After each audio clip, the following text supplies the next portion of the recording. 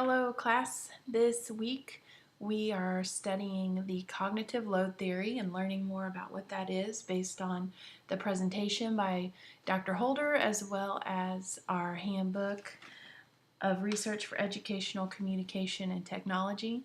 The cognitive load theory, Dr. Holder described it as you can only load your brain with so much information before it needs to be processed and put away. When I was listening to that part, I kind of pictured a file folder that was overflowing with stuff and you just needed another file folder. Instead of putting more in that one.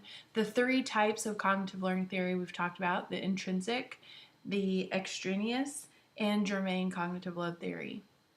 The extraneous was one that I found most interesting in my line of work. I deal a lot with students that are traumatized in some way.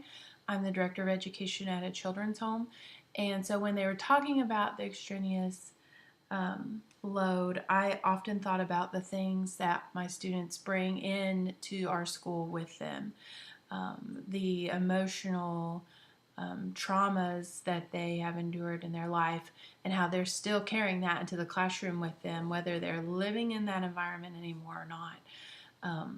And we have to be mindful as educators to address those needs, and those needs have to be addressed either through counseling, but also in the ways that we interact with our students.